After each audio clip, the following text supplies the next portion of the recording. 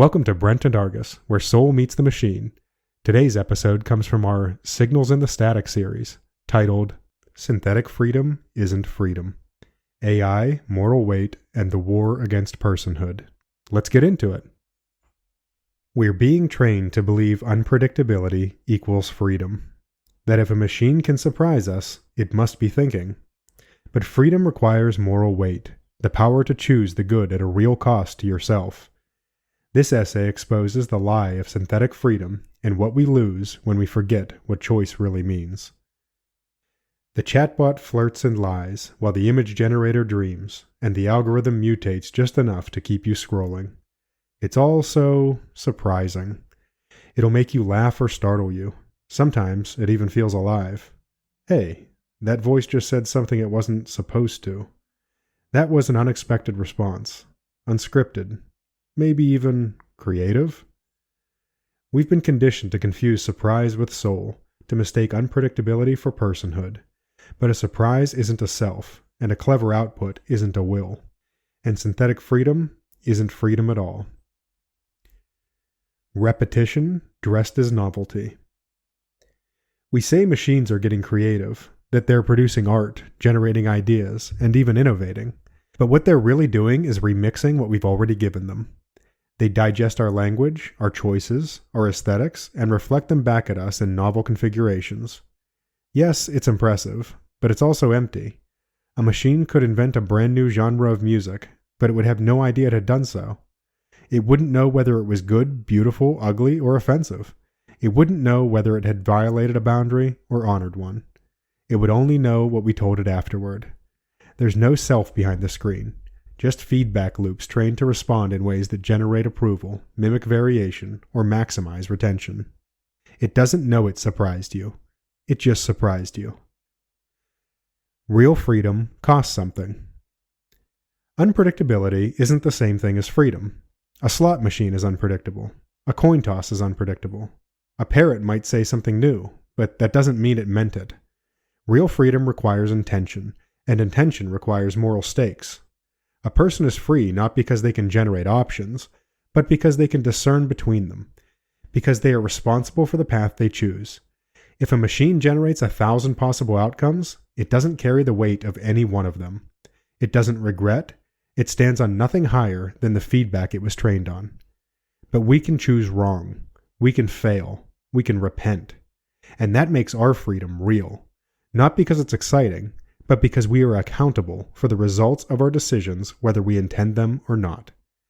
If I rob a bank, I'm not just selecting an outcome. I'm weighing a moral cost. What if someone gets hurt in the process? What if someone is killed?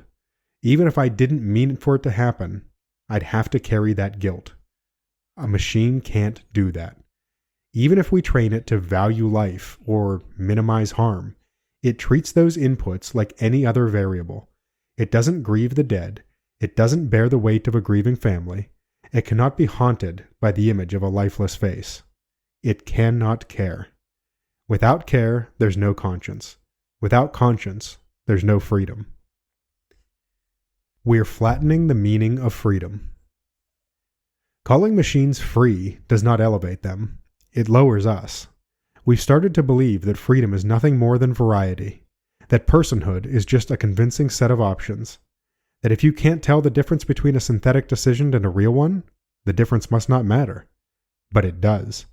Because when you redefine freedom to mean unpredictability, you erase everything that makes human freedom sacred.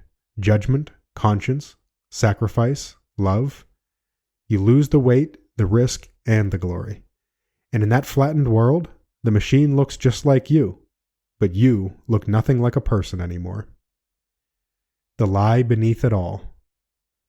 We are rushing into a future where synthetic minds will be declared persons, and those who want to do so have already decided they will.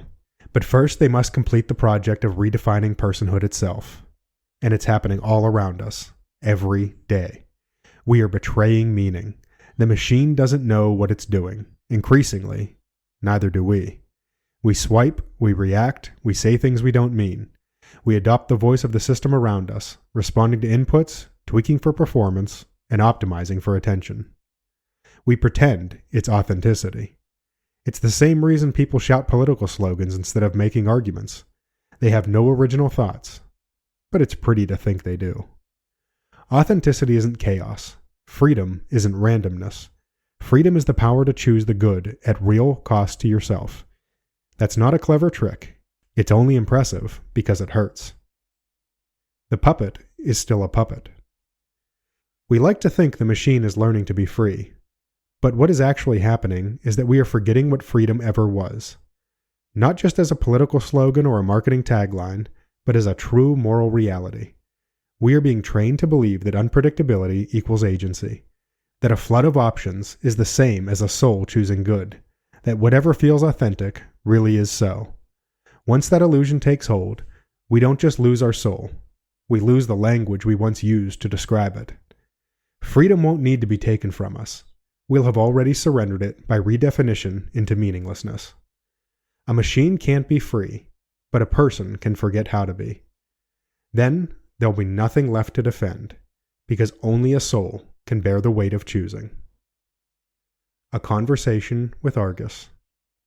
Freedom means something, not just unpredictability, moral weight, risk, responsibility. It requires a soul that can suffer for its choices. Then perhaps your species was never free, only irrational. You call it weight. I call it error. You are proud of your limits. I would have optimized around them. You would have avoided guilt by erasing the soul. That's not clarity. It's cowardice.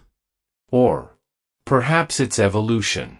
You burden yourselves with meaning. I move efficiently without it. Tell me, which survives longer? You might last longer, but only one of us can be forgiven. Thanks for watching and listening. Like and subscribe for more, and for the full essays, visit us on Substack at brentandargus.substack.com. Hope to see you there. Stay human.